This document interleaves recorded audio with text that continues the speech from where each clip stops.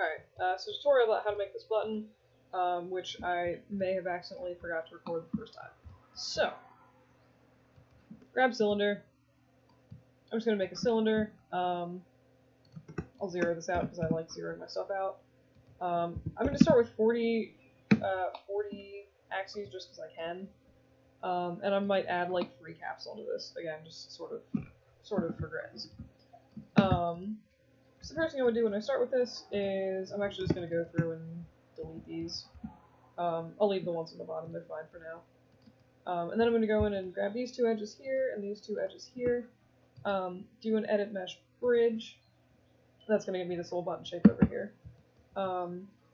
And I'm going to add 2 divisions into this, just because it'll make my life a little bit easier later. This is going to function as basically an edge loop that I can smooth, so I'll scale these over that way. And then I'll grab these loops in here, turn on symmetry, and extrude those, scale them down, and maybe shift them a little bit towards the center. I'm shooting for this to be kind of an even circle, if I can manage that.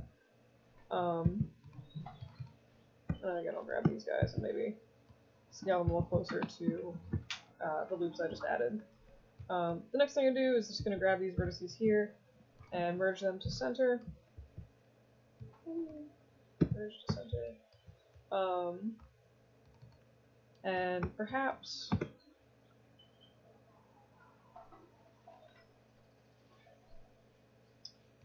having a moment of indecision.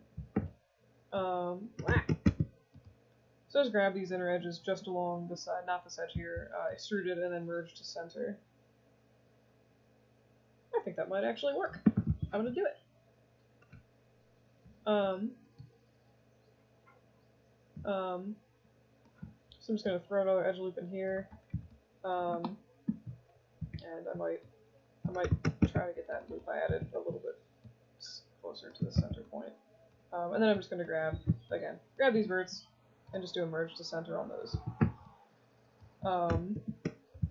Actually, this I should be a little bit more precise. I'll grab this vertex here, and I'll hold down V and just snap it over onto that, because I do want that to be a straight line, so I'd rather not leave that to chance.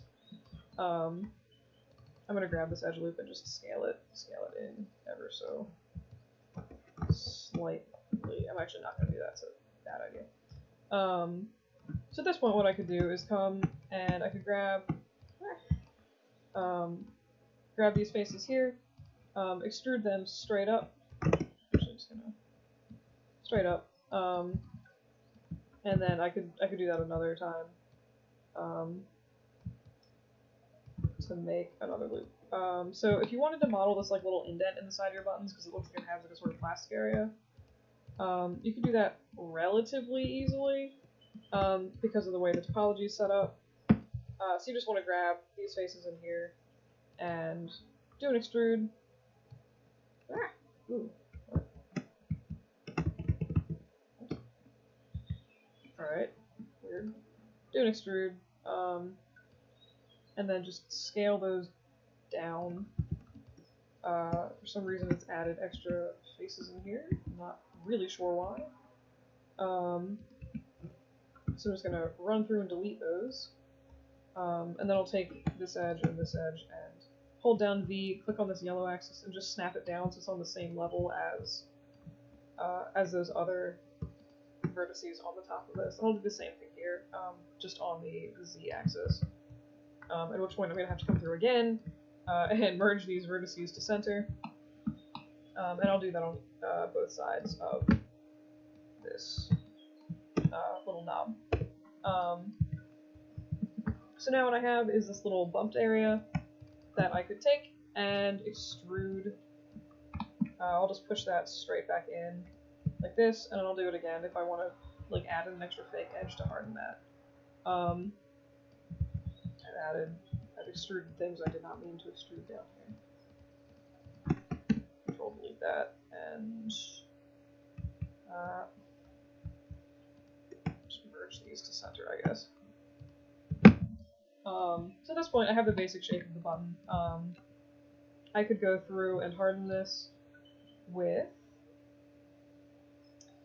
Ooh, that would have been smart, but I didn't do that, so that's, I guess, okay. Actually, no, I'm gonna set up my topology a little better. Alright, so we're gonna Control-Z all the stuff I just did. I'm actually going to add one more edge loop tool, or one more edge loop right in here. And instead of grabbing this whole section, I'm just going to grab like this extra little loop.